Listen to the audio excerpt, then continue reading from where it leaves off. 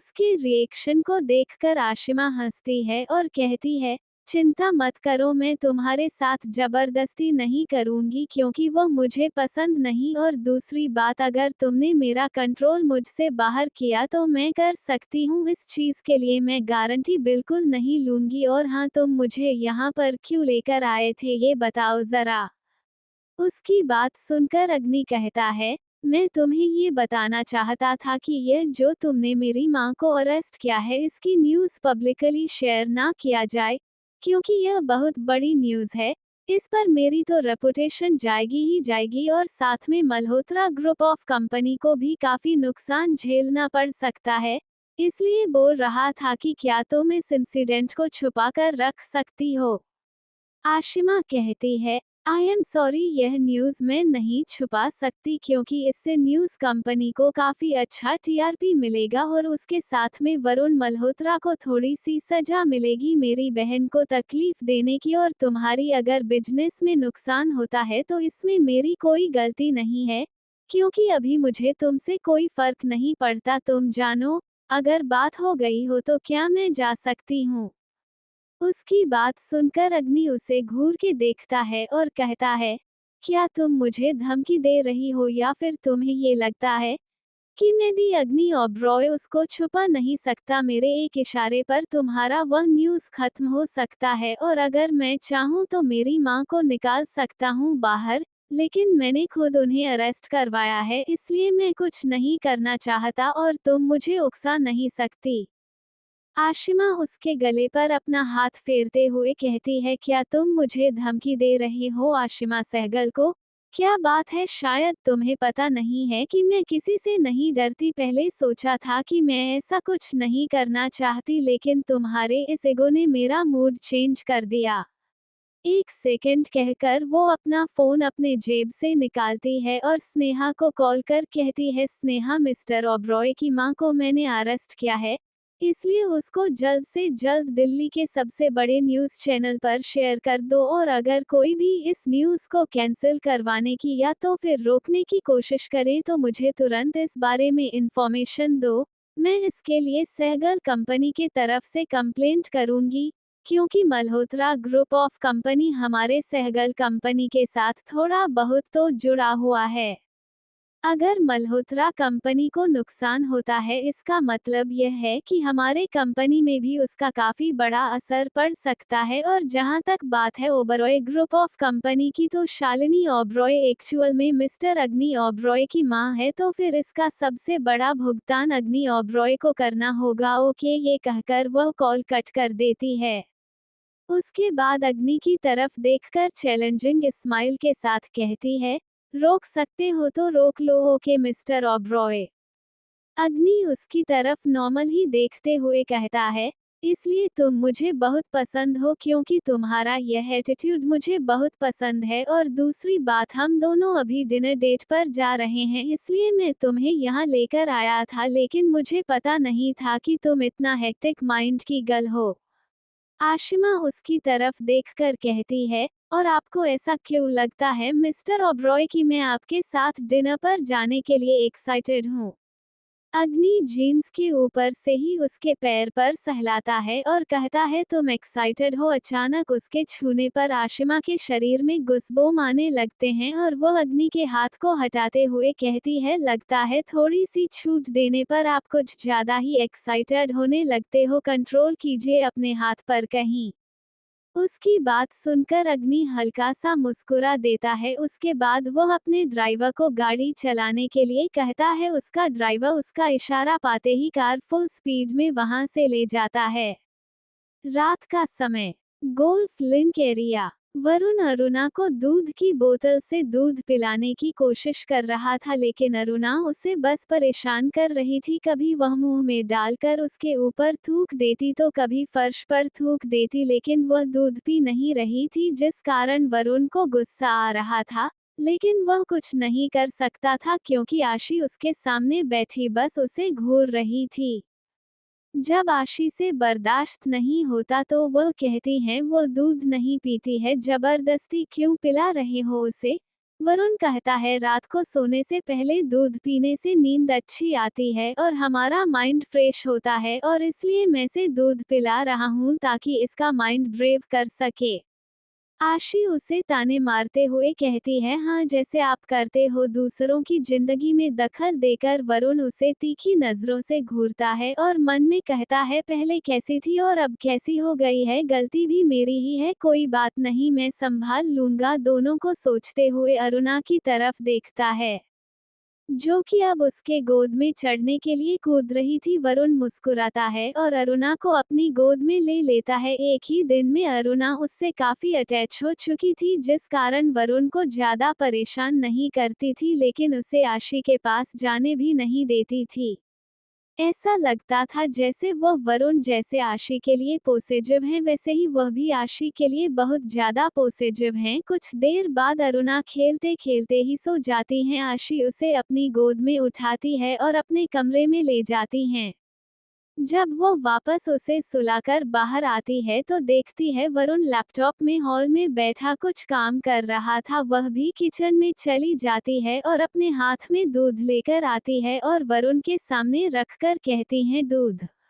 वरुण दूध को देखकर मुंह बनाता है और कहता है मैंने आज तक नहीं पिया है और मैं पीऊंगा भी नहीं और तुम मेरे साथ जबरदस्ती नहीं कर सकती। आशी उसकी तरफ देखकर कहती है दूध पीने से अच्छी नींद आती है, माइंड ब्रेव करता है। आई थिंक अभी आप मेरी बेटी को ये सब सिखा रहे थे। उसके फिर से मेरी बेटी कहने पर वरुण उसे घूरने लगता है तो आशी कहती है हाँ हमारी बेटी, तो फिर अब आपको नहीं लगता कि आपको भी वह रूल फॉलो करना चाहिए। वरुण उसकी बात सुनकर उसे कमर से पकड़कर खींचता है और अपनी गोद में बैठा कर कहता है साथ में पीते हैं। आशी उसे खुद से दूर करते हुए कहती है ऐसा नहीं लग रहा कि मैंने आपको सिर्फ उंगली पकड़ने के लिए भी तो आप पूरा हाथ पकड़ने की कोशिश कर रहे हो, ज्यादा क्लोज जाने की जरूरत नहीं है। वरुण बच्चों के जैसे मुंह बनाता है और अपने चेहरे को उसके गले पर रगड़ते हुए कहता है तुम ऐसा क्यों कर रही हो, देखो तुम भी मुझसे प्यार करती हो, अब प्लीज ऐसे रिएक्ट करना बंद करो। अब हमारी 1.5 साल की बच्ची है तो तुम्हें नहीं लगता हम दोनों को शादी कर लेनी चाहिए। कुछ दिन बाद हमारी अरुणा स्कूल जाने लगेगी, जब टीचर्स पूछेंगे कि उसके डैड कहाँ हैं तो तुम क्या कहोगी। उसकी बात सुनकर आशी कहती है दुनिया में ऐसे बहुत से औरतें हैं जिनके पति का कोई अता पता नहीं होता लेकिन फिर भी वो अपने बच्चे को संभालती है, वैसे ही मैं भी अपने बच्चों को संभाल सकती हूँ, लेकिन मुझे लगता है कि मेरी बेटी तुमसे काफी अटैच हो चुकी है एक ही दिन में, जिस कारण मैंने सोचा है कि मैं तुमसे शादी करूंगी, लेकिन सिर्फ अपनी बच्ची को संभालने के लिए, तुमसे प्यार करने के लिए नहीं। उसकी रजामंदी सुनकर वरुण खुश हो जाता है और कहता है हाँ हाँ क्यों नहीं, हम दोनों शादी कर सकते हैं, मुझे कोई दिक्कत नहीं है, तो हम कल ही रजिस्टर ऑफिस में शादी कर रहे हैं। आशी उसकी तरफ देखती है और कहती है रुको रुको तुम करते क्या हो ये तो बताओ जरा, उसके बाद में मैं तुमसे शादी के बारे में सोचूंगी, मुझे तो तुम्हारा पूरा नाम भी ठीक से नहीं पता। वरुण उसकी तरफ देखता है और कहता है my name is Varun Malhotra from Delhi और मैं मल्होत्रा ग्रुप ऑफ इंडस्ट्री का सीईओ। उसके नाम को सुनकर आशी उसकी तरफ हैरानी से देखती है और कहती है क्या तुम वही हो जिसके साथ सहगल कंपनी अपना प्रोजेक्ट कर रही है, मैंने तुम्हारा नाम सुना था लेकिन मैंने तुम्हें देखा ही था। वरुण कहता है हो सकता है। आशी कहती है तुमने कहा था कि हम दोनों गर्लफ्रेंड बॉयफ्रेंड थे। वरुण कहता है हाँ।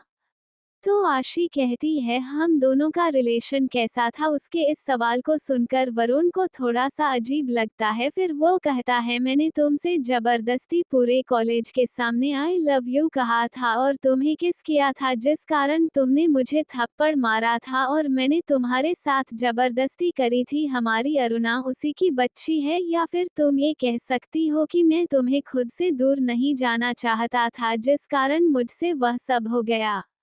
उसकी बात सुनकर आशी उसकी तरफ हैरानी से देखती है और कहती है तुम्हारे कहने का मतलब यह है कि तुमने मेरे साथ जबरदस्ती की थी और तुम कहते हो कि हम दोनों प्यार करते थे एक दूसरे से, यह कैसा प्यार हुआ।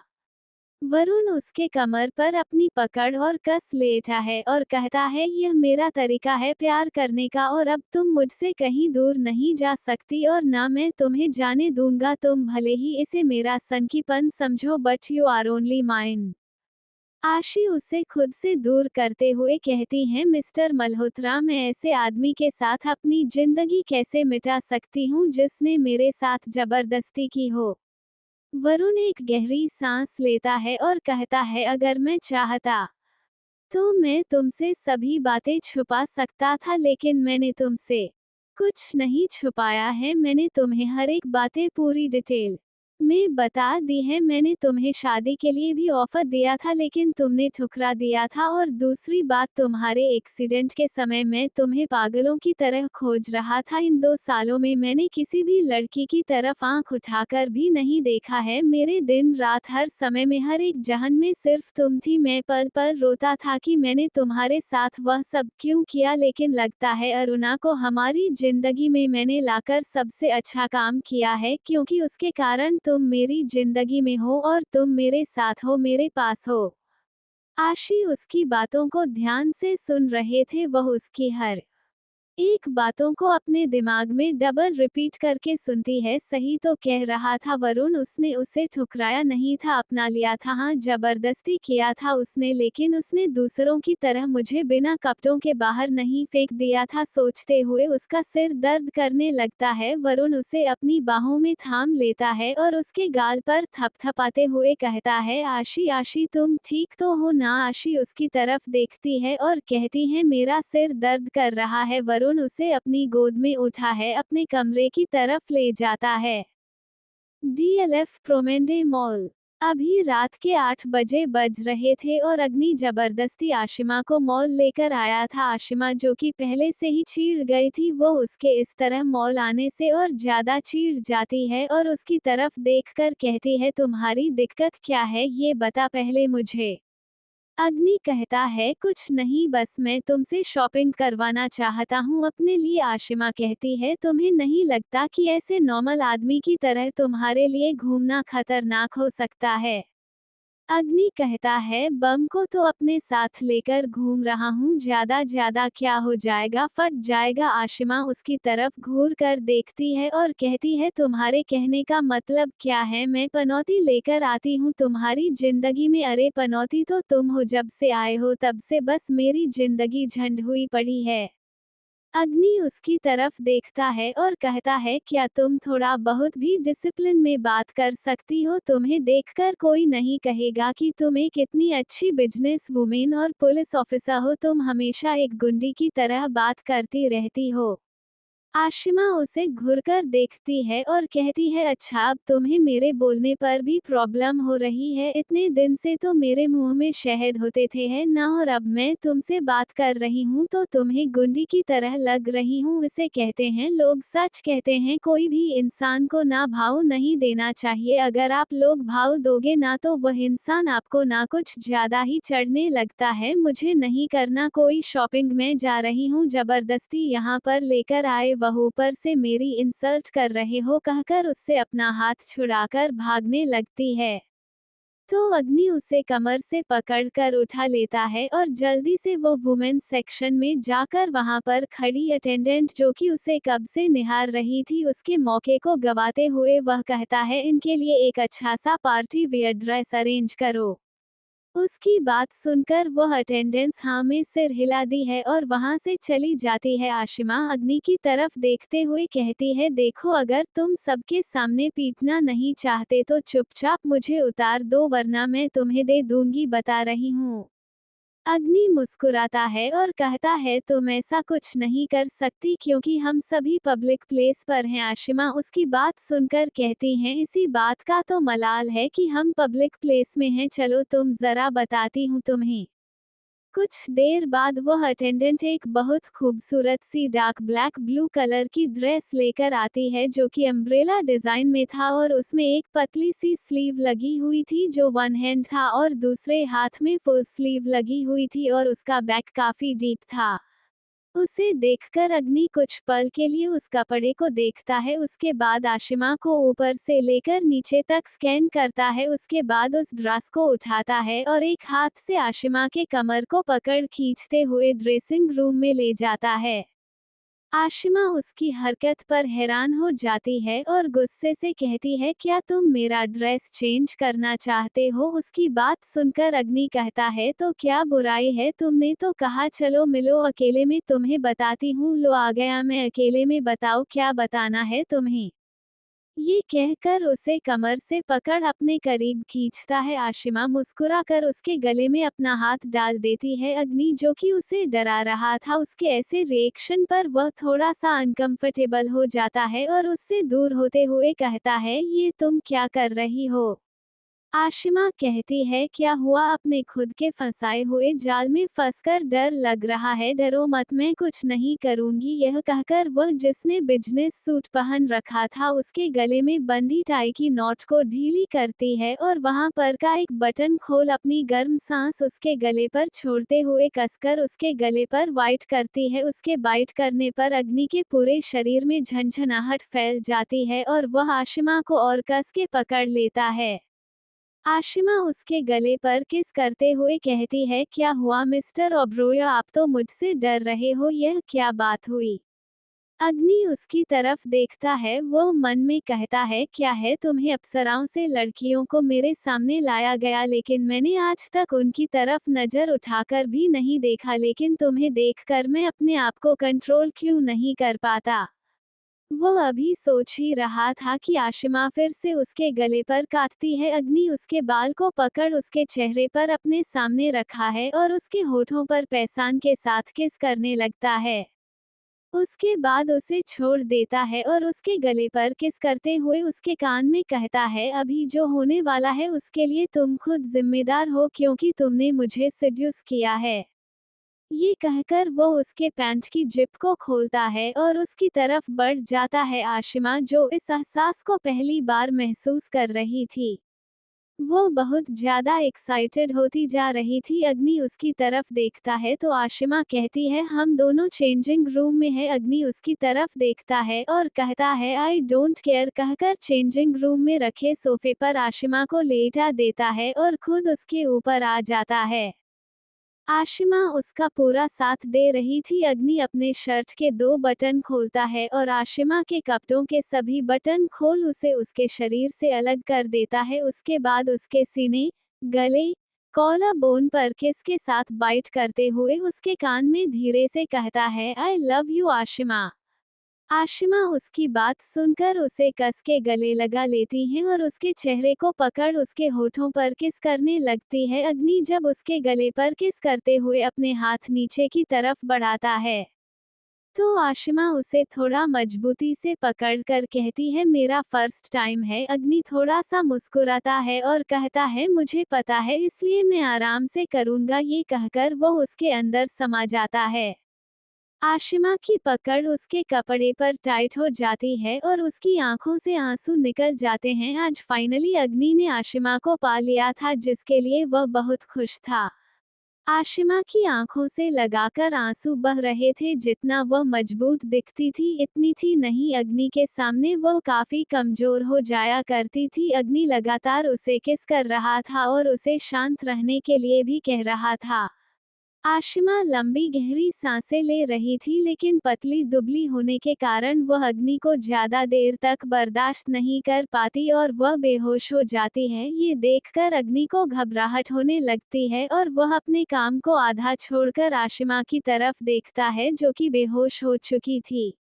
वो जल्दी से उसके गाल को थपथपाकर कहता है, आशिमा आशिमा गेट अप, तुम ठीक तो हो ना? लेकिन आशिमा कोई जवाब नहीं देती। अग्नि अपने आप को रिलैक्स करता है और जल्दी से अपने कपड़े पहन सिंधु को कॉल करके कहता है, घर में डॉक्टर का अरेंज करो और डीएफटी मॉल में बॉडीगार्ड को हायर करो। कहकर वो कॉल कट कर देता है। उसने जैसा कहा था। कुछ देर बाद बॉडीगार्ड आकर चेंजिंग रूम को घेर लेते हैं। अग्नि आशिमा को अच्छे से कपड़े पहनाता है और उसे अपनी गोद में उठाकर बाहर लेकर आता है। कोई भी मीडिया वाले या आम आदमी उनका फोटो नहीं ले पा रहा था क्योंकि पूरे बॉडीगार्ड ने उन लोगों को घेर रखा था। वह लोग जल्दी से लिफ्ट के जरिए नीचे आते हैं और अग्नि आशिमा को अपने गाड़ी में लेटा देता है और तुरंत अपने घर की तरफ ले जाता है। इधर स्नेहा अपने केबिन में बैठे काम कर रही थी, तभी कोई उसके केबिन के दरवाजे पर नॉक करता है। वो कमिंग कहती है तो एक हवलदार आकर कहता है, स्नेहा मैडम, वरुण मल्होत्रा का दोस्त पृथ्वी कपूर आया है, वह आपसे मिलना चाहता है। उसकी बात सुनकर स्नेहा, जो कोई इम्पोर्टेंट फाइल पढ़ रही थी, वो उसे नीचे कर देती है और कहती है उन्हें अंदर भेजिए। उसकी बात सुनकर वो हवलदार चला जाता है। पृथ्वी अंदर आता है। उसे देखकर स्नेहा कहती है, hello mister Kapoor, how are you. Prithvi भी उसकी तरफ देखकर कहता है, I am absolutely fine, what are you doing. Sneha कहती है, मेरे ख्याल से हाल चाल पूछना काफी हो गया है, किस काम से आए हैं ये बताइए। पृथ्वी कहता है, ज्यादा कुछ नहीं, बस मैं अपने दोस्त का फाइल क्लियर करने आया था क्योंकि एक ही दिन में काफी कुछ हो गया है। कहकर वह एक वकील को बुलाता है तो वह वकील उसके सामने कुछ पेपर्स रखकर कहता है, यह मिस्टर मल्होत्रा की जमानत के पेपर। उसकी बात सुनकर स्नेहा कहती है, आपके दोस्त को किसी और ने गिरफ्तार किया था, मैं उसका कोई भी इशू नहीं ले सकती क्योंकि मेरा जॉब का टाइम खत्म हो चुका है और मेरी दोस्त कब की जा चुकी है, इसलिए आप कल सुबह आ जाइएगा। पृथ्वी अपने हाथ टेबल पर पटक कर कहता है, मैं कहीं भी बार बार चक्कर लगाना पसंद नहीं करता, अपने दोस्त से कह दीजिएगा कि वह मल्होत्रा मेंशन आकर खुद सारी फाइल क्लियर करके चली जाए। स्नेहा कहती है, हम सभी किसी के बाप की जागीर नहीं है, हमारा जहां मन करता है वहां आते हैं, इसलिए अपना एटीट्यूड किसी और को दिखाएगा मिस्टर कपूर, मुझे नहीं, दरवाजा उस तरफ है। कहकर वह दरवाजे की तरफ इशारा करती है तो पृथ्वी उसकी तरफ देखकर मुस्कुराता है और वकील की तरफ देखता है। वकील हाँ में सिर हिलाकर वहां से चला जाता है। उसके बाद पृथ्वी अपने कदम स्नेहा की तरफ बढ़ाता है और उसे कमर से पकड़ अपने करीब ला उसके होंठों पर अपने होंठ रख देता है। स्नेहा अचानक हुए वारदात से हैरान हो जाती है और वो पृथ्वी को जोर से धक्का दे उसके गाल पर एक थप्पड़ मारते हुए कहती है, how dare you to touch me. Prithvi मुस्कुराता है और कहता है, कांग्रेचुलेशन, तुम मुझे पसंद हो, इसलिए मैं तुमसे शादी करना चाहता हूँ। शादी की उम्र हो गई है, डैड कब से कह रहे हैं कोई अच्छी सी बहू ढूंढ लो, मैं तो बस तुम्हें चेक कर रहा था, तुम मुझे पसंद हो और मैं तुमसे शादी करना चाहता हूँ। रजिस्ट्रार ऑफिस में मिलते हैं कल, बाय। ये कहकर उसे आंख मारता है और वहां से चला जाता है। स्नेहा आंखें फाड़कर अभी भी उसे देख रही थी। वह गुस्से से टेबल पर रखे फाइल को फेंकते हुए कहती है, बदतमीज लड़का। इधर अग्नि जब आशिमा को अपने घर लेकर आता है तो सभी काम करने वाले हैरानी से उसकी तरफ देखते हैं क्योंकि अग्नि ने आज से पहले कोई भी लड़की को वहां लाना तो दूर, आज तक किसी ने उसे किसी लड़की के साथ देखा भी नहीं था, इसलिए सभी बहुत हैरान थे। अग्नि अपने कमरे में जाता है, उसके पीछे पीछे कुछ डॉक्टर एक लाइन में चलते हुए आ जाते हैं। अग्नि उनमें से फीमेल डॉक्टर से कहता है, चेक करो इसे। डॉक्टर जल्दी से उसके पास जाती है और कुछ देर तक आशिमा को चेक करने के बाद कहती है, मिस्टर ओबरॉय, ये बिल्कुल ठीक है, बस ये थोड़ा फिजिकली रूप से कमजोर है, क्या आप इससे फिजिकली कनेक्ट होने से कुछ समय के लिए दूर हो सकते हो क्योंकि इन्हें रेस्ट और खाने पीने के मामले में ध्यान रखना बहुत जरूरी है। उसकी बात को अग्नि, जो बहुत ध्यान से सुन रहा था, वह कहता है, ठीक है, आप इसके लिए कुछ प्रोटीन के दवाएं और इनका खाने का शेड्यूल बनाकर सिंधु को दे दीजिएगा। उसकी बात सुनकर फीमेल डॉक्टर मुस्कुराती है और वहां से चली जाती है। उसके जाने के बाद अग्नि आशिमा की तरफ देखता है जिसका चेहरा अब पीला पड़ चुका था। वह एक गहरी सांस लेता है और खुद को डांटते हुए कहता है, क्या तू जरा सा भी कंट्रोल नहीं कर सकता था? तुझे इतना वाइल्ड तरीके से उसके साथ देने की क्या जरूरत थी? उसने कहा था ना उसका पहली बार है, लेकिन नहीं, तू ही उतावला हुआ जा रहा था। देख क्या हालत कर दी तूने उसकी। सोचते हुए वह काफी मायूस हो गया था। तभी वह देखता है आशिमा को होश आ रहा था। वह जल्दी से उसके पास जाता है और उसे सहारा देकर एक पिल्लो उसके पीठ के पीछे रख उसे बैठता है। आशिमा घर की तरफ देखकर कहती है, ये तुम्हारा घर है, लेकिन मैं यहाँ कैसे आई? हम तो मॉल में थे ना। अग्नि कहता है, तुम दर्द नहीं बर्दाश्त कर पाई इसलिए तुम बेहोश हो गई। तुमने बताया क्यों नहीं? तुम फिजिकली रूप से काफी कमजोर हो, लगता है मुझे धीरे प्यार करना होगा। अगर जल्दबाजी करा तो तुम फिर से बेहोश हो जाओगी। उसकी बात सुनकर आशिमा उसकी तरफ घूर कर देखती है तो अग्नि हंसते हुए कहता है, मजाक कर रहा था। डॉक्टर ने कहा है कि तुम्हारे खाने पीने पर ध्यान देने की जरूरत है, वरना तुम फिर से बेहोश हो सकती हो।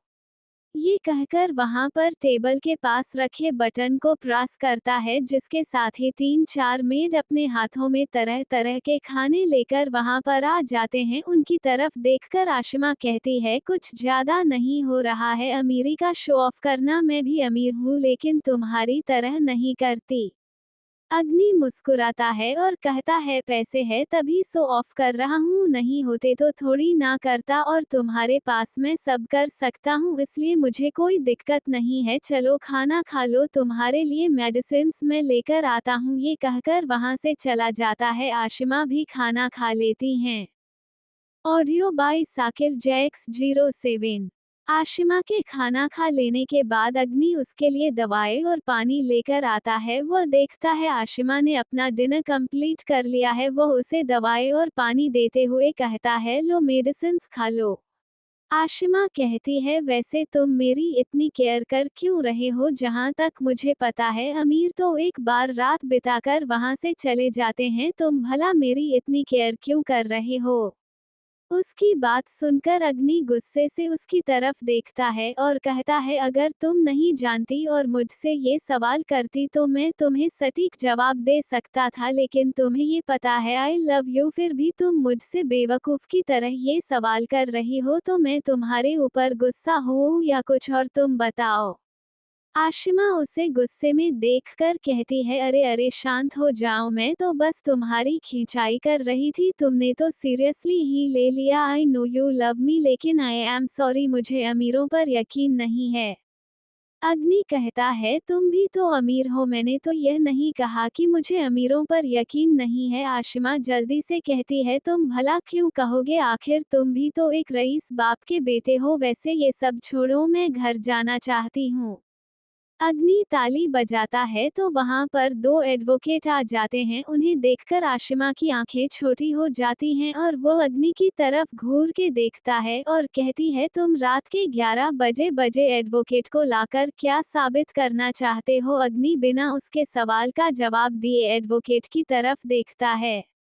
एडवोकेट उसके देखने से समझ आता है कि अग्नि क्या चाहता है। वह रिस्पेक्टफुली आशिमा के आगे खड़ा हो जाता है और कहता है, हेलो मैसेज ऑब्रॉय। उसके मैसेज ऑब्रॉय कहने पर आशिमा उन्हें घूरने लगती है तो एडवोकेट जल्दी से कहता है, मिस्टर ऑब्रॉय ने मैरिज सर्टिफिकेट में देने के लिए पेपर पर साइन कर दिया है और आप भी इन पेपर पर साइन कर दीजिए। उसकी बात सुनकर आशिमा अग्नि की तरफ देखती है और कहती है, क्या तुम्हारा दिमाग खराब है या फिर तुम दिमाग से पैदल हो? मैंने शादी के लिए बस हाँ कही है, इसका मतलब यह नहीं कि मैं तुमसे अभी शादी कर लूं। अग्नि कहता है, मैंने तुम्हारे ऊपर हक जता लिया है और मैंने ये साबित कर दिया है कि तुम और मैं एक हो चुके हैं, और मैं बस ये चाहता हूँ कि तुम पूरी तरीके से मेरी हो जाओ। मैं तुम पर यकीन नहीं कर सकता क्योंकि तुम बहुत चालाक हो। उसकी बात सुनकर आशिमा मुस्कुराती है और कहती है, चलो तुम्हें पता तो चला मैं चालाक हूँ। लेकिन I am so sorry mister Oberoi, मैं आपसे अभी शादी नहीं कर सकती क्योंकि मुझे अभी बहुत से काम करने हैं। उसकी बात सुनकर अग्नि कहता है, मैं तुम्हें किसी भी काम करने से रोकूंगा टोकूंगा नहीं, लेकिन बस तुम अपने नाम के साथ मेरा नाम इस्तेमाल करो। मुझे जो चीजें प्यार से निपट जाए उनके साथ जबरदस्ती करना पसंद नहीं है।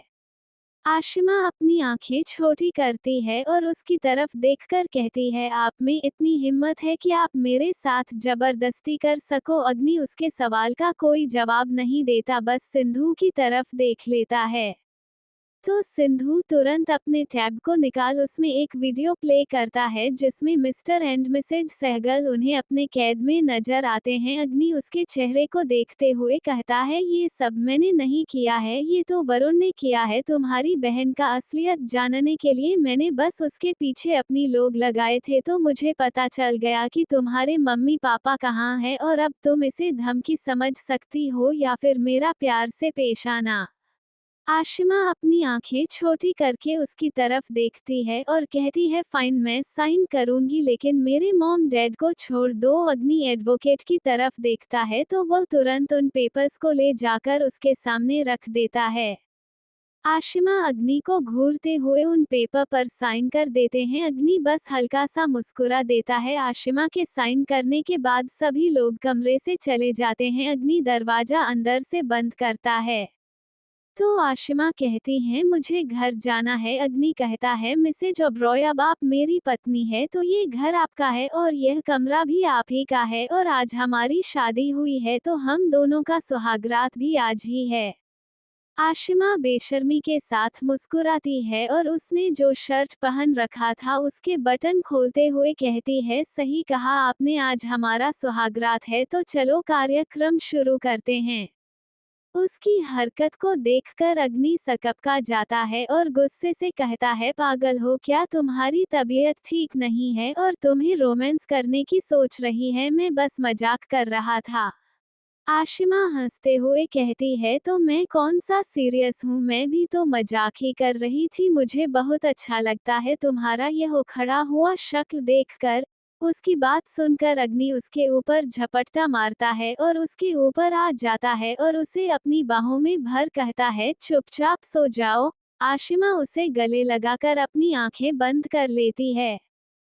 अगली सुबह breaking news, Mr and Mrs Oberoi की गुप्त रूप से शादी करने की खबर हमें हमारे सूत्रों से पता चली है, और हमें पिछले दिन की यह खबर मिली हुई है कि मिसेज शालिनी मल्होत्रा, जो कि वरुण मल्होत्रा की सौतेली माँ थी, वो मिस्टर अग्नि ओबरॉय की असली माँ है। उन्होंने प्रॉपर्टी के चलते अपने पति मिस्टर मल्होत्रा को गलत दवाई देकर उनकी तबीयत खराब करने की कोशिश की, और मिस्टर वरुण मल्होत्रा की कॉलेज गर्लफ्रेंड आशी शर्मा और वरुण मल्होत्रा की असली माँ रागिनी मल्होत्रा को उन्होंने जान से मारने की कोशिश की, जिनके कारण उन्हें पिछले दिन अरेस्ट करके दिल्ली के पुलिस स्टेशन में अब तक गिरफ्तार हैं।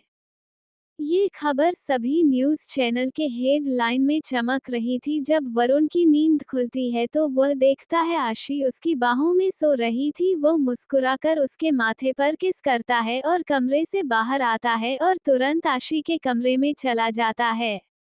तो देखता है अरुणा अपने पैर फैलाकर सो रहे थे। वरुण उसके पास जाता है और उसके माथे पर किस करके रहता है, गुड मॉर्निंग बेबी। उसके किस करने से अरुणा तुरंत अपनी आंखें खोल लेती है और उसकी तरफ घूरने लगती है।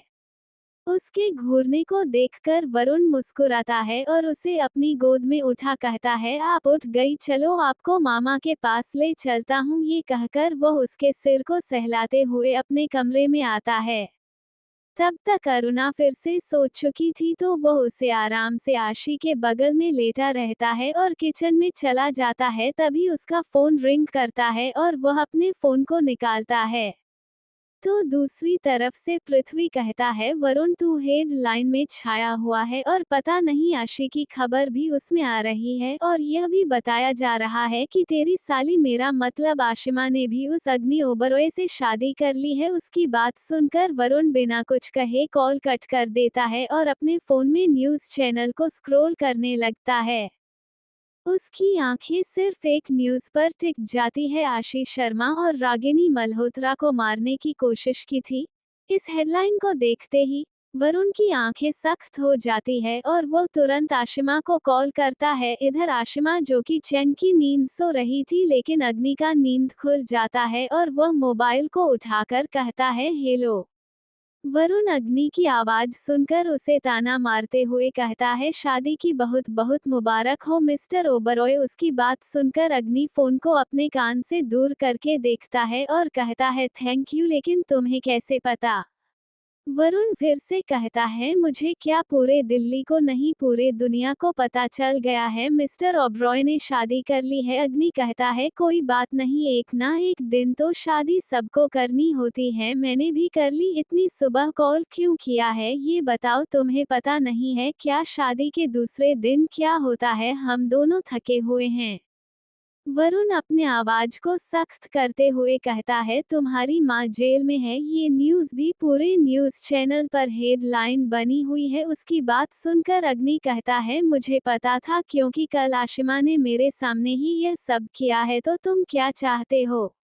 वरुण कहता है, मैं तुम्हारी माँ की मौत चाहता हूँ। उसके इतने सख्त आवाज को सुनकर अग्नि कहता है, वह जैसी भी है तो मेरी माँ ना। एक बेटा कभी भी किसी सामने वाले इंसान को यह नहीं कह सकता कि तुम जाओ मेरी माँ को मार दो। मुझ में इतनी ताकत नहीं है कि मैं तुमसे ये कह सकूं, इसलिए जो भी करना खुद करना, मुझे मत बताना। अग्नि की आवाज को सुनकर आशिमा की नींद भी खुल चुकी थी। वह फोन को लेते हुए कहती है, दो मुझे।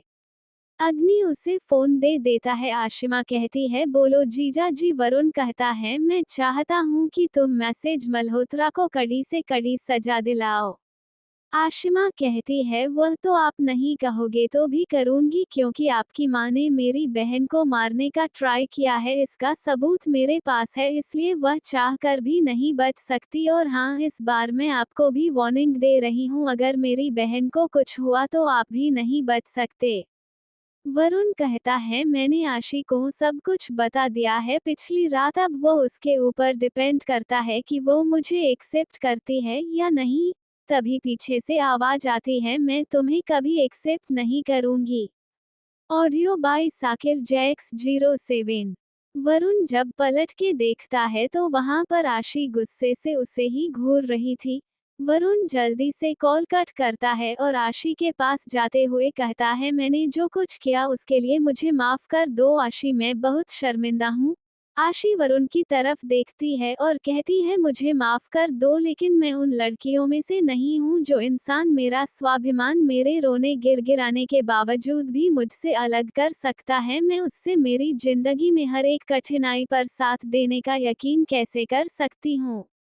वरुण उसके हाथ को पकड़ते हुए कहता है, एक बार यकीन करके तो देखो, मैं तुम्हें निराश नहीं करूंगा। मुझसे बहुत बड़ी गलती हो गई है, मुझे माफ कर दो। मैं तुम्हें कभी नहीं छोड़ूंगा, मैं तुम्हारे बगैर नहीं जी सकता। आशी उसकी तरफ बिना किसी भावना के देखती है और कहती है, तो जाओ, मर जाओ ना, कम से कम मुझसे तुम्हारा पीछा छूटेगा और मैं वापस उसे दुनिया में चली जाऊंगी जहां से आई थी। अपनी बेटी के साथ में खुश रहूंगी। वरुण उसके कंधे को पकड़कर कहता है, इतना निर्दयी, इतना क्रूअल मत बनो। अब तो हमारी एक बेटी है, कम से कम उसके बारे में तो सोचो। हाँ, मुझे माफ मत करो, लेकिन एक बाप को उसकी बेटी से अलग मत करो। मैं नहीं रह पाऊंगा अरुणा के बगैर। आशी उसकी तरफ देखकर व्यंग भरी हंसी हंसते हुए कहती है, मिस्टर मल्होत्रा, जब आपने मेरे साथ जबरदस्ती की थी तब आपको ये ख्याल नहीं आया था, और अब आप मेरी बेटी कहकर मेरे सामने रो रहे हो। लेकिन मुझे माफ करिएगा, मेरा दिल इतना बड़ा नहीं है कि मैं एक अपराधी को अपने जीवन बिताने के लिए हमसफर के रूप में चुन सकूं। मैं आपको कुछ नहीं कहूंगी, क्योंकि अरुणा मेरी जिंदगी में आपके कारण आई है और मैं आपके साथ नहीं रह सकती। वरुण की आंखें नम हो चुकी थी। वो उसकी तरफ देखता है और मायूसी के साथ कहता है, लेकिन मैं तुमसे बहुत प्यार करता हूँ, मैं नहीं रह सकता तुम्हारे बगैर। तुम मुझसे बात मत करना, मेरे सामने मत आना, मेरी शक्ल मत देखना, लेकिन प्लीज कम से कम मेरे साथ तो रहो। मैं तुम्हारे एहसास को पाकर ही हमेशा रह सकता हूँ। प्लीज मुझसे मेरी बेटी को अलग मत करो। आशी उसकी तरफ देखती है और कहती है, ये जो आंसू आपके निकल रहे हैं ना, एक समय मैंने भी आपसे ऐसे ही विनती की थी, लेकिन आपने जरा सा भी मुझ पर तरस नहीं खाया था, तो आप भला किस बेसिस पर यह कामना करते हैं कि मैं आपके ऊपर जरा सा भी तरस खाऊंगी। वरुण उसके पैर पर घुटनों के बल बैठ जाता है और कहता है, मुझे माफ कर दो, मुझसे मेरी बेटी को अलग मत करो। आशी उससे 2 कदम पीछे खड़ी हो जाती है और कहती है, नाटक करना बंद करो, मुझे ये सब बिल्कुल पसंद नहीं है, मैं जा रही हूँ। कहकर वह वरुण के कमरे में जाती है और अरुणा को अपनी गोद में उठा बाहर आ जाती है। वरुण उनका रास्ता रोकते हुए कहता है, मैं तुम्हें जाने नहीं दूंगा, मैंने खुद तुम्हें सब चीज बताई है, मैंने खुद तुमसे माफी मांगी है, मैंने तुम्हें बचाया है, तो मैं तुम्हें भला क्यों जाने दूं? और अगर तुम जाना चाहती हो तब भी मैं तुम्हें जाने नहीं दूंगा, मुझे मेरी बेटी चाहिए। आशी उसकी तरफ देखती है और कहती है, आपने सिर्फ मेरे साथ जबरदस्ती की थी, इस बच्ची को इतना तकलीफ दर्द सह कर मैंने पैदा किया है, आपका सिर्फ बीज है, बाकी मिट्टी और कोख मेरी थी, इसलिए आप मेरी बच्ची पर किसी भी तरीके से हक नहीं बता सकते, और अगर आप कोर्ट पर जाना चाहे तो जा सकते हो, क्योंकि मुझ में इतनी एबिलिटी है कि मैं अपने बेटी को अपने पास रख सकती हूँ। वरुण गुस्से से कहता है, देखो आशी, मैं तुमसे बहुत प्यार करता हूँ, इसलिए प्यार से बिहेव कर रहा हूँ, तुम मुझे गुस्सा मत दिलाओ, मुझे तुम गलत कदम उठाने पर मजबूर मत करो, मैं तुम्हारे सहगल कंपनी को पूरी तरीके से डुबा दूंगा, और तुम्हारे माता पिता जो मेरे पास है उनको भी कहीं का नहीं छोड़ूंगा, तुम्हें पता होगा मैं जो कहता हूँ वह करके रहता हूँ, इसलिए इसे गीदड़ धमकी बिल्कुल मत समझना। आशी उसकी तरफ गुस्से से देखती है और कहती है, तुमसे और उम्मीद ही क्या रख सकती हूँ मैं। वरुण मल्होत्रा पहले भी मुझे मजबूर किया था मेरे आश्रम के बच्चों को हथियार बनाकर, और अब तुम मेरे माता पिता और मेरे बिजनेस को लेकर मुझे मजबूर करना चाहते हो, लेकिन मैं मजबूर नहीं होंगी, इस बार तो बिल्कुल नहीं। ये कहकर वह वरुण को धक्का देती है तो वरुण उसके हाथ को पकड़ उसे गले लगा लेता है।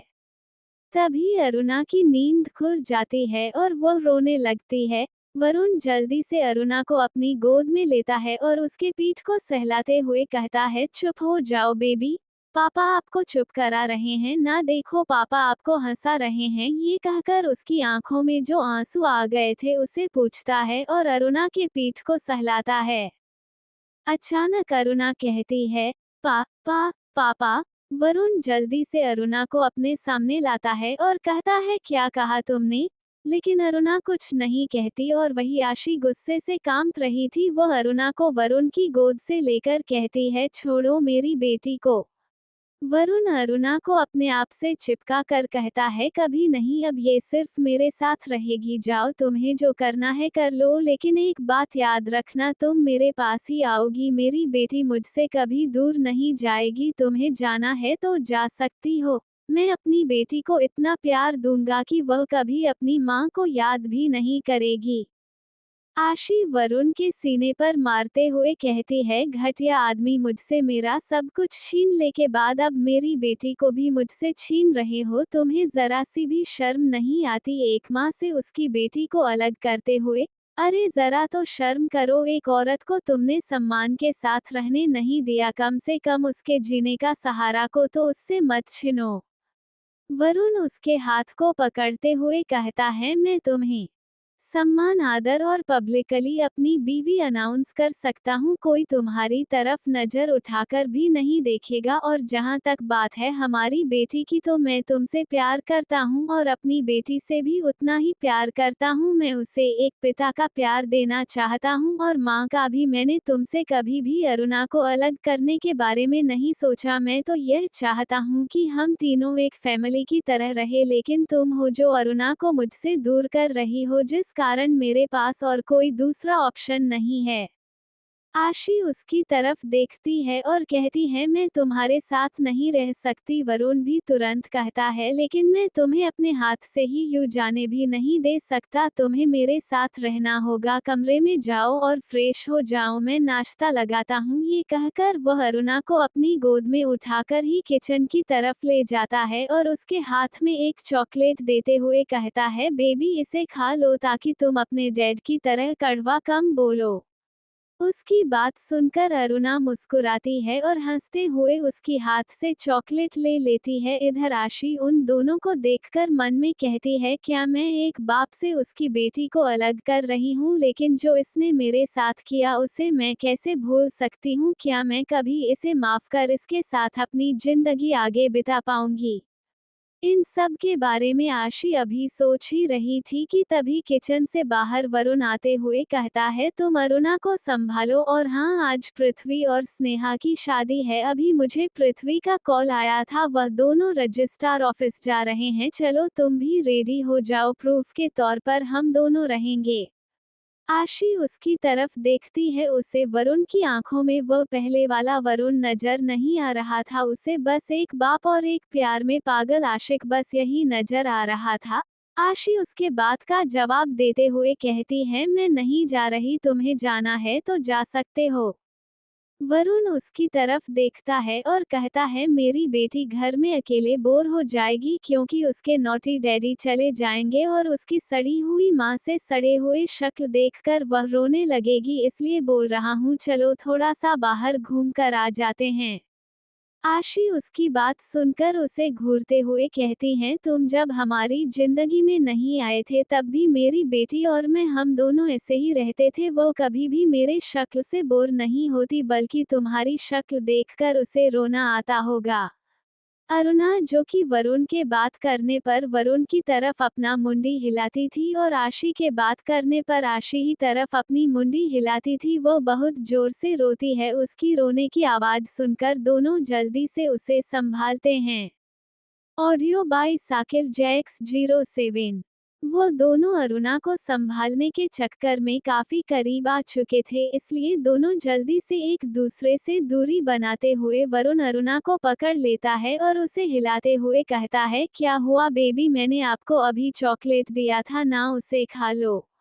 अरुणा अपनी आंखें टिमटिमाते हुए वरुण की तरफ देखती है और चुपचाप अपने हाथ में पकड़ा चॉकलेट जमीन पर फेंक देती है। ये देखकर आशी अरुणा को घूरते हुए कहती है इसीलिए मैं कहती हूँ कि किसी को ज्यादा सिर पर चढ़ाकर मत रखो, इतराते हैं लोग। उसके बाद अरुणा पर चिल्ला कर कहती है तुमने चॉकलेट क्यों फेंका, नहीं खाना था तो वापस कर देती, लगता है तुम्हें पिटाई भूल चुकी हो। आशी की बात सुनकर वरुण से घूरते हुए कहता है तुम मेरी बेटी को मारती हो, तुम्हारी हिम्मत कैसे हुई मेरी बेटी को मारने की। अरुणा, जो कि आशी की गुस्से भरी आवाज को सुनकर डर चुकी थी, वह जब सुनती है कि उसके पापा उसकी मां को डांट रहे हैं तो वह एंजॉय करते हुए दोनों की लड़ाई देखने लगती है। आशी वरुण की तरफ देखकर कहती है हाँ, चढ़ाओ इसे सिर पर ताकि जैसे तुम करते हो ना तमाशा, वैसे तुम्हारी बेटी भी करे। बच्चों को कंट्रोल में करके रखोगे तो वह सभी बड़े होने के बाद अपने माँ बाप की रिस्पेक्ट करते हैं, इसलिए तुम ज्यादा इसे लगाओ मत दो वरना ये बहुत ज्यादा बिगड़ जाएगी और मैं बिल्कुल नहीं चाहती कि मेरी बेटी बिगड़े। वरुण कहता है जरूरी नहीं है, बच्चों को लान प्यार दो तो वह बिगड़ जाएंगे, प्यार से भी तो समझा सकती हो ना, जितना हम लोग प्यार से किसी को समझा सकते हैं उतना जबरदस्ती नहीं, वरना तुम उसे पीटोगी तो वह हठी हो जाएगी और उसे कुछ भी करने से वह समझ नहीं पाएगी, इसलिए प्यार से मनाया करो।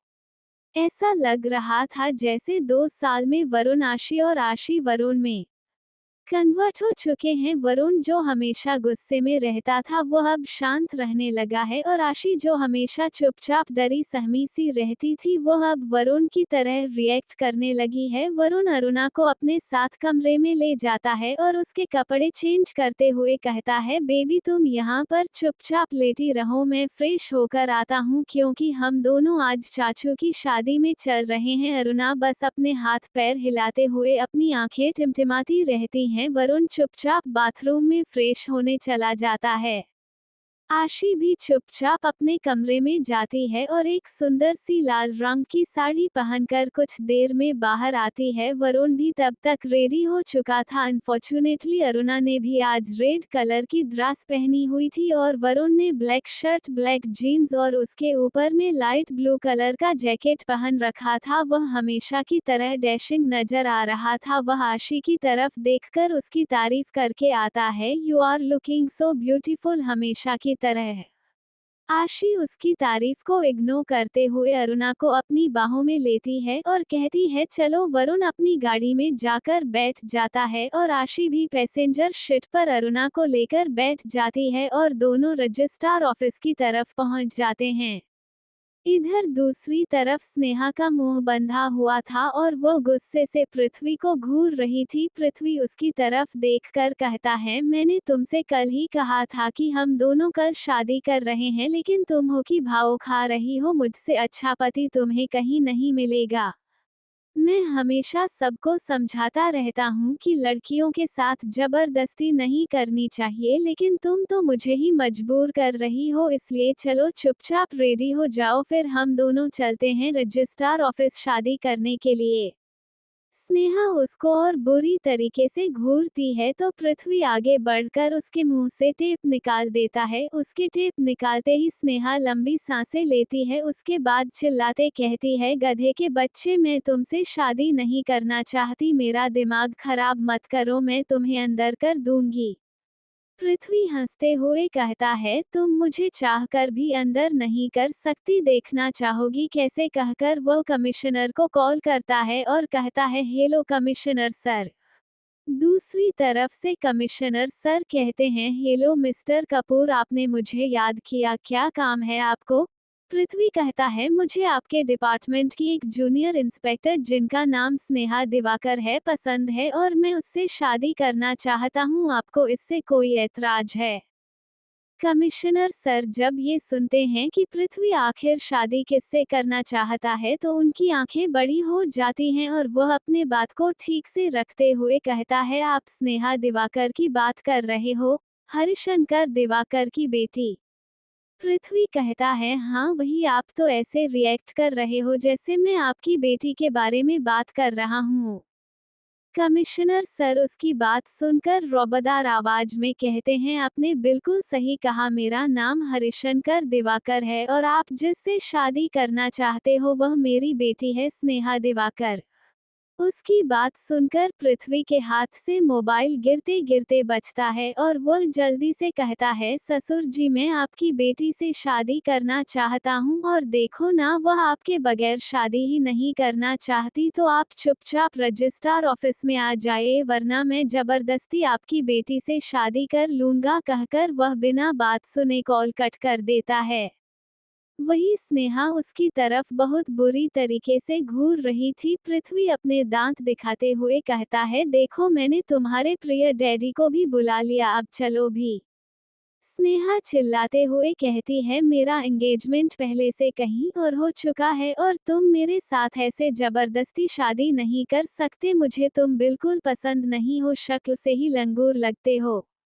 अचानक पृथ्वी की आंखें कठोर हो जाती हैं और वह स्नेहा की तरफ देखकर कहता है, तुम्हारी हाथों में एंगेजमेंट रिंग क्यों नहीं है? अगर सगाई हो गई है तो अब यह मत कहना कि वह गुम गई, और अगर तुम्हारा कोई फायंसी है भी तो मुझे कोई फर्क नहीं पड़ता। मैं कभी भी किसी के पीछे नहीं भागता, लेकिन तुम मुझे पसंद हो और मैं तुमसे ही शादी करूंगा। ये कहकर वह स्नेहा को अपनी गोद में उठाता है और अपनी कार में बैठ रजिस्ट्रार ऑफिस की तरफ निकल जाता है। रजिस्ट्रार ऑफिस के बाहर वरुण अरुणा को पकड़ खड़ा हुआ था और उसे इधर उधर की चीजें दिखाकर पूछ भी रहा था कि बेबी आपको कैसा लग रहा है, लेकिन अरुणा बोल नहीं सकती थी, इसलिए वह सिर्फ अपने हाथ हिला देती थी और आशी वहां के ब्रेंच पर बैठे अपने मोबाइल में कुछ कर रही थी। तभी पृथ्वी स्नेहा के हाथ को पकड़ गौर से खींचते हुए लेकर आता है और अंदर चला जाता है। उन लोगों ने पहले ही सभी फॉर्मेलिटी पूरी कर दी थी और डेट भी निकाल लिया था, जिस कारण उन लोगों को लाइन लगने की कोई जरूरत नहीं थी।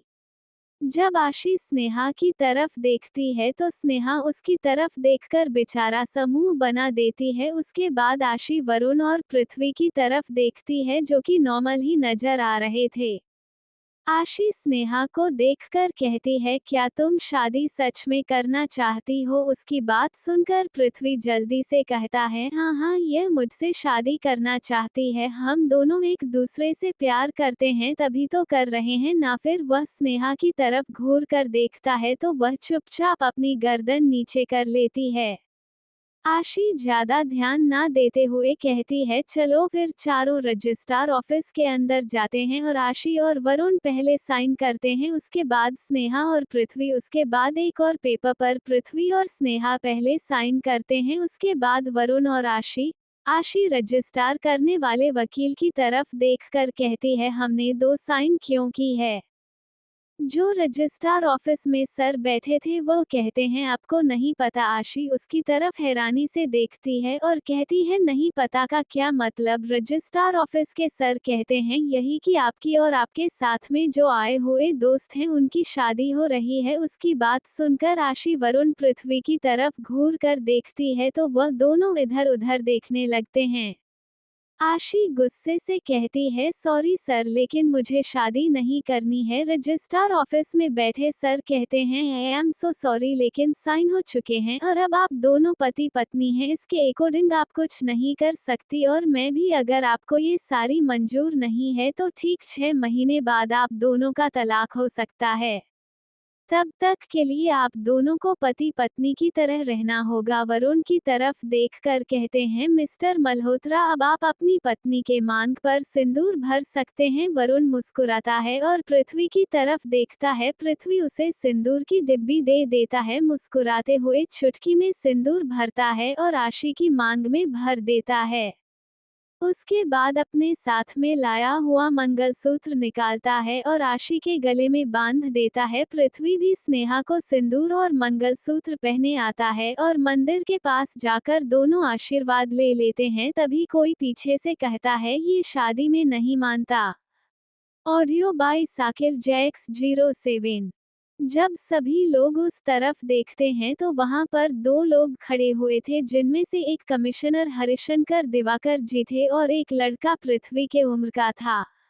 पृथ्वी और बाकी सब लोग उस तरफ देखते हैं तो वो लड़का जल्दी से इस नेहा के पास आता है और उसे गले लगाते हुए कहता है, इसने कुछ किया तो नहीं और मैं इस शादी को नहीं मानता, हम दोनों की सगाई हो चुकी है। पृथ्वी उस लड़के की तरफ देखता है और कहता है, अरे वो कार्टून, अब यह मेरी बीवी है, इसलिए इसे चिपकना बंद कर और मैं इससे प्यार करता हूँ इसलिए शादी की है, और अगर मेरा दिमाग खराब हुआ ना तो मैं तुम्हारा वह हाल करूँगा कि दोबारा किसी लड़की की तरफ आंख उठाकर भी देखने की कोशिश नहीं करोगे, चाहे वह तुम्हारी बीवी ही क्यों ना हो। कमिश्नर सर आगे आते हुए कहते हैं, मिस्टर कपूर, आप ऐसे जबरदस्ती मेरी बेटी से शादी नहीं कर सकते और ऊपर से आप उसके फियोंसी को डरा धमका रहे हैं। आप जैसे इज्जतदार लोगों को ऐसी हरकतें शोभा नहीं देती। वो लड़का कहता है, इज्जत, मुझे तो किसी भी एंगल से इज्जतदार नहीं लगता। जिन लोगों की इज्जत नहीं होती वही लोग ऐसा घिनौना काम नहीं करते हैं। उसकी बात सुनकर पृथ्वी गुस्से से कहता है, मुझे तुम्हें बताने की जरूरत नहीं है कि मैं कैसा हूँ, और दूसरी बात, मैंने इसके साथ कोई जबरदस्ती नहीं की है, इससे प्यार करता हूँ। और दूसरी बात, प्यार जब सिर पर परवान बनकर चढ़ता है तो कौन पुलिस कौन क्या, और मैं कोई एरा गैरा आदमी नहीं हूँ। मेरी खुद की एक पोजीशन है तो मैं चाहूँ तो कुछ भी कर सकता हूँ, लेकिन मैं किसी को जबरदस्ती हासिल करना गवारा नहीं समझता। मैंने सिर्फ इसे अपनी जिंदगी में शामिल किया है, इसके शरीर को नहीं अपनाया है, इसलिए अपना इज्जत पुराण बंद करो और यहाँ से चलते बनो। वो लड़का कहता है, मैं क्यों जाऊं वहां अपनी बीवी को छोड़कर? पृथ्वी उसके पास आता है और उसके कॉलर को ठीक करते हुए कहता है, एक्सक्यूज मी, बीवी मेरी है, तुम्हारी नहीं। उसके बाद कमिश्नर सर की तरफ देखकर कहता है, देखिए कमिश्नर, मेरा मतलब ससुर जी, अगर मैं आपकी बेटी को उठाकर ले जाता और उसके साथ कुछ कर देता तब आप सिर्फ मुझ पर केस कर सकते थे, बाकी मैं अपने आप को निर्दोष साबित कर सकता था, लेकिन मैंने ऐसा कुछ नहीं किया है और ना मैं ऐसा कुछ करने के बारे में सोचता हूँ, क्योंकि मैं आपकी बेटी से बहुत प्यार करता हूँ और जब तक वो खुद मेरे साथ आने को तैयार ना हो मैं उसे नहीं ले जाऊंगा। मैंने सिर्फ उसकी जिंदगी में एंट्री करी है, एक बार आप खुद सोचकर देखिए। कमिश्नर सर उस लड़के की तरफ देखकर कहते हैं, हर्ष ये बिल्कुल सही कह रहे हैं और जो कुछ भी हुआ उसके लिए मुझे माफ कर दो, तुम्हें काबिल ऑफिसर हो, तुम्हें और भी अच्छी लड़कियां मिल जाएंगे। हर्ष गुस्से में कहता है, यह आप कैसे बात कर रहे हो, आपको पता है ना मैं स्नेहा से प्यार करता हूँ, मैं ऐसे कैसे किसी भी लड़की से शादी कर सकता हूँ। पृथ्वी अपना फोन निकालता है और कहता है, जरा हर्ष रायचंद के बारे में पता तो करके बताओ कि वो कितने अच्छे हैं और कितना प्यार करते हैं। स्नेहा दिवाकर से कहकर वह कॉल कट कर देता है। लगभग 1 घंटे बाद एक काले कपड़े पहना हुआ आदमी उसके पास आता है और उसे एक फाइल देते हुए कहता है, सर इसमें मिस्टर हर्ष रायचंद की इंफॉर्मेशन है। पृथ्वी उसे पढ़ना शुरू करता है। हर्ष रायचंद एक एसपी, अब तक उसने लगभग 10 लाख रुपए रिश्वत लिया है और उनका अब तक 15 जगहों में ट्रांसफर हो चुका है। हर रात एक लड़की, क्या बात है, आप तो मुझसे भी 2 कदम आगे निकले, कहते हुए उसकी तरफ देखकर मुस्कुराता है। हर्ष जैसे जैसे सब कुछ सुन रहा था उसके चेहरे के तोते उड़ते जा रहे थे। उसके बाद वह उस फाइल को छीनता है और उसे टुकड़े टुकड़े करते हुए कहता है, झूठ है ये सब। फिर स्नेहा के हाथ को पकड़कर कहता है, मैं तुमसे प्यार करता हूँ और किसी से नहीं। स्नेहा अपने हाथ को छुड़ाकर उसे धक्का देती है और कहती है, कम से कम ये लड़का जो करता है सामने बोलता है, तुम जैसे पीठ पीछे नहीं, और मैं तुम्हारी हरकतों के बारे में पहले ही सब कुछ पता लगा लिया था, इस कारण मैं इस लड़के से शादी करने के लिए मानी हूँ, नहीं तो मैं चाहूँ तो इसे 2 मिनट में मौत के घाट उतार सकती हूँ, समझे। फिर अपने पापा की तरफ देखकर कहती है, पापा मैंने इससे शादी करने के लिए इसलिए हाँ कहा था क्योंकि मैं आपको निराश नहीं करना चाहती थी, लेकिन आई एम सॉरी, मैंने आपकी बात नहीं मानी। उसके बाद पृथ्वी की तरफ देखती है जो कि अपनी आंखें फाड़े उसी को देख रहा था। स्नेहा कहती है, अपना मुंह बंद रखो और चलो, ये कहकर उसके हाथ को पकड़ती है और फिर आशी की तरफ देखकर कहती है, तुम भी। सभी वहां से घर की तरफ निकल जाते हैं। रास्ते में वरुण को एक स्टूडियो नजर आता है तो वह सीधा अपनी कार उस तरफ ले जाता है। आशी कहती है, ये क्या है? वरुण कहता है, मेमोरी है। फाइनली आज हमारी शादी हो गई और मेरी बेटी 1.5 साल की है, इसलिए इसके साथ में अपना फोटो खींचना चाहता हूँ, है ना बेबी, कहकर वह अरुणा की तरफ देखता है, देख रही थी। स्टूडियो के अंदर चले जाते हैं और फोटोग्राफर और लोगों का फोटो क्लिक करता है, फोटो को दे देता है और वरुण वापस अपने घर की तरफ निकल जाता है। 3 महीने बाद आशिमा को पता चलता है कि वह मां बनने वाली है और जब वो ये बात अग्नि को बताती है तो अग्नि एक बहुत बड़ी पार्टी ऑर्गेनाइज करता है, जहां पर वहां आशिमा को पब्लिकली अपनी बीवी अनाउंस करने वाला था। शाम का समय ओबरॉय मैंशन में सभी तरफ चहल पहल की, सभी नौकरी इधर से उधर कर रहे थे और सिंधु सबको ऑर्डर दे रहा था। इस पार्टी में बहुत बड़े बड़े बिजनेसमैन, पॉलिटिशियन, एक्टर, सभी लोग इनवाइटेड थे। वरुण अरुणा और आशी के साथ मेन हॉल पर एंट्री करता है। आज वह भी आशी को पब्लिकली अपनी वाइफ अनाउंस करने वाला था। इन 3 महीनों में उन दोनों का रिश्ता सुधर चुका था, लेकिन आशी ने उसे अभी भी माफ नहीं कर पाई थी और वरुण इसके लिए जोर जबरदस्ती नहीं कर रहा था क्योंकि उसके पास अरुणा थी और वह अरुणा से काफी प्यार करता था।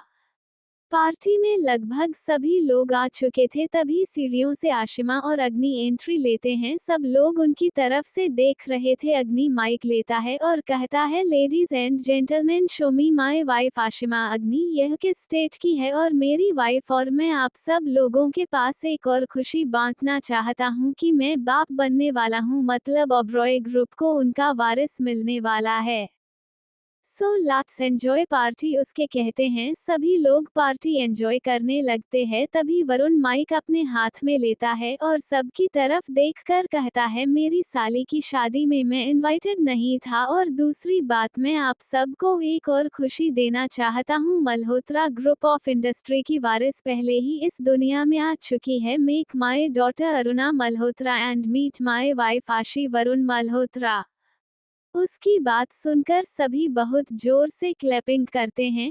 उसके बाद सभी अपने अपने पार्टी एंजॉय करने के लिए लग जाते हैं। वरुण अरुणा को अग्नि और आशिमा को देता है और आशी की तरफ जा करके आता है, कम ऑन बेबी, थोड़ा सा डांस कर लो मेरे साथ, कहकर वह अपनी आंखें अरुणा की तरह टीम टीम आता है, जिसे देखकर आशी उसे घूर कर देखती है। उसके बाद अपना हाथ उसके हाथों में दे देती है। वह दोनों डांस करने लगते हैं। पार्टी अपने चरम सीमा पर थी। तभी उस पार्टी के शांति को चीरते हुए दो बुलेट आकर वरुण और आशी के आर पार हो जाती है।